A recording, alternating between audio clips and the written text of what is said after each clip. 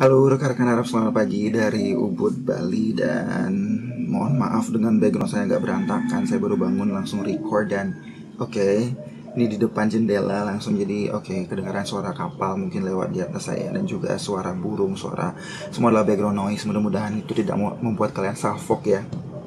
Oke, kali ini saya ingin membahas sedikit tentang perkembangan karya sastra di abad ke-12, abad ke-13 Inggris. Sebelum membahas lebih detail, mungkin sedikit sekelumit sejarah tentang Inggris. Mungkin dari yang sudah-sudah yang saya bahas adalah dari Celtic people, kemudian di kick out by Romans, kemudian Romans juga akhirnya di invaded by Anglo-Saxons yang Germanic tribes. Kemudian akhirnya Anglo-Saxons juga di kick out oleh Normans atau Normandy atau Norman people.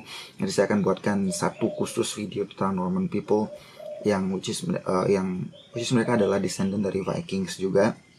Oke, jadi basically setelah Norman people atau Norman French masuk ke Inggris, itu terjadi beberapa perubahan dari bahasa dan juga sosial isunya yang ada di sana. Oke, kita lihat dari bahasanya pertama. Ketika Norman French atau Norman people masuk ke Inggris, bahasa yang mereka pergunakan itu adalah French. Jadi kalangan atas, itu kalangan dari bangsawan, para pemerintah segala macam, mereka menggunakan French. Sedangkan kalangan bawah atau rakyat jelata itu menggunakan Old English atau sisa-sisa Old English yang masih tersisa gitu. Cuma baiknya itu antara French yang digunakan oleh kalangan atas sama Old English itu terjadi pembauran gitu. Jadi mereka mix.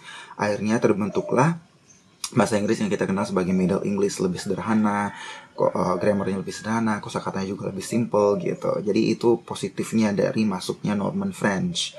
Oke, jadi berjalan tetap seperti itu, dan akhirnya muncul juga isu-isu sosial seperti sistem feodal yang diterapkan oleh William the Conqueror atau William dari pemimpinnya orang-orang Norman ini, William the Normandy.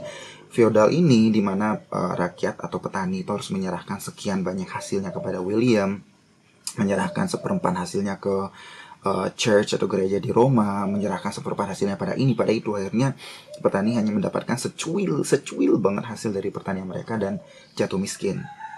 Beda banget ketika di Old English, di mana petani itu masih menghargai lingkungannya ya, idil ya.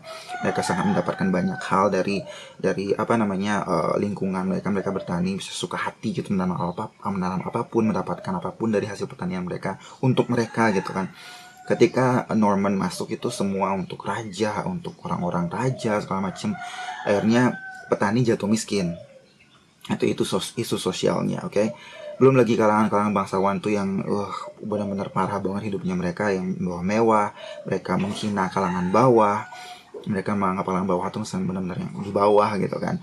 Jadi benar-benar yang di bawah diperes gitu, di atas hidup makmur kayak gitu intinya sosial isunya. Nah, selain juga isu-isu religian, jadi religius itu berkembang pesat, perkembangan gereja besar ya kan. Religion lah intinya. Makanya beberapa karya sastra di abad ke-12, abad ke-13 itu berbau religion. Seperti salah satunya adalah Ormulum. Ormulum itu adalah interpretation dari Bible yang ditulis oleh Orm atau Ormin. Nah, di sini dia sudah ini kan terkait Bible, dan dia juga sudah menggunakan poetic matter waktu itu. Apa itu poetic matter? Tunggu video selanjutnya. Jadi benar-benar sudah sudah lumayan bagus lah interpretation dari Bible-nya, tapi masih terkait religion, oke? Itu yang pertama. Terus ada, ini yang kedua, ada The Owl and Nightingale. The Owl and Nightingale, okay? I don't know how to say it the right way. Nanti kita cek di kamus ya. The Owl and Nightingale ini adalah poem yang menceritakan debat kusir antara dua burung, yaitu burung hantu sama burung Nightingale. Nah, basically sih tidak hanya tentang burung ya, tapi banyak hal di dalamnya. Salah satunya adalah perdebatan antara kalangan yang superior, yaitu Nightingale, itu kan burungnya cantik, indah, suaranya bagus. Dari kalangan superior ke kalangan bawah, yaitu Owl yang mungkin buruk rupa dan gak begitu bagus suaranya ya kan, bahkan cenderung menyeramkan gitu kan. Jadi itu mencerminkan antara superiority atau orang yang di atas sama orang yang di bawah. Oke, itu keadaan sosial waktu itu kan yang dicerminkan di The Owl and Nightingale. Dan kecenderungan dari Nightingale yang cenderung menghina The Owl, memulai perdebatan dengan menghina ngejudge physicalnya segala macam, itu yang dilakukan oleh Nightingale. Mungkin basically Superior melakukan hal yang sama gitu, jadi ngejudge orang-orang yang di bawah jelek segala macam gitu. Jadi itu yang terjadi. Oke, The Poem of the Owl and Nightingale. Kemudian itu sedikit tentang abad ke-12, kita masuk ke abad ke-13 sedikit. Nah, di abad ke-13 ini itu lebih cenderung membahas tentang knights atau warrior. Knights itu tidak hanya sebatas warrior atau prajurit loh. Knights itu menjadi sebuah kebanggaan di abad ke-13, bahkan karena apa? Karena untuk menjadi seorang knights, kalian itu harus punya darah aristokrat dari kecil.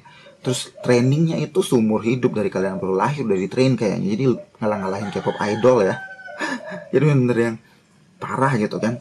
Dan menjadi seorang knight itu adalah sebuah kebanggaan bagi mereka. Makanya knights itu mempunyai posisi yang lumayan tinggi di strata sosial, di kehidupan sosial masyarakatnya gitu. Nah, itu salah satunya. Makanya banyak juga karya sastra di abad ke-13 itu menceritakan tentang knights. Jadi Tale of Knights, kisah-kisah knights dalam pertempuran, percintaan segala macam kayak gitu. Karena itu menjadi sebuah kebanggaan bagi mereka. Ingat, strata sosial atau isu sosial itu terjadi banget di abad ke-12, abad ke-13 gitu. Oke, itu sedikit tentang sejarah dan juga karya sastra di abad ke-12-13 Inggris. Kalau mau didetailin banget bakalan sangat-sangat detail, dan itu bakal membosankan banget. Jadi mohon maaf kalau kalian, siapapun yang mendengarkan saya, harus mendengarkan saya berceloteh dan bercerita, dan mudah-mudahan kalian tidak bosan melihat saya ya. Oke, jangan lupa juga di press like dan di share biar lebih banyak lagi rekan-rekan kita yang bisa belajar bersama di channel ini. Kalau kalian merasa channel ini bermanfaat buat kalian, silahkan klik subscribe dan juga tombol lonceng biar dapat notifikasi dari channel belajar bersama. Oke, kita belajar bersama intinya di sini. Jadi jangan takut untuk berdiskusi, ngirim komentar, asal komentarnya nggak yang aneh-aneh ya. Kita belajar bersama. Saya juga ingin mendapatkan pengetahuan baru biar bisa belajar bareng lagi, biar bisa tahu hal-hal yang baru lagi gitu. Jadi pasti sangat saya apresiasi siapapun yang komen, memberikan pertanyaan segala macam. Oke, ingat jangan lupa di klik subscribe, tombol lonceng. Oke, thank you very much. Nothing else to say except for staying healthy for everyone, and greeting from Ubud. See you, bye bye.